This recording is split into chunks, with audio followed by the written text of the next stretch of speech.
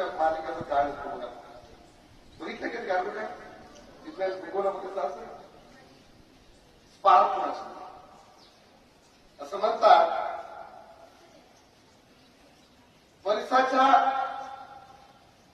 संपर्कात touch परिसाचा touch जर सोन्याला आला लोखंडाला झाला तर त्याचं सोनं होतं असं म्हणतात. आणि ते परीस कधी शोधायचा कुठं शोधायचा बरं.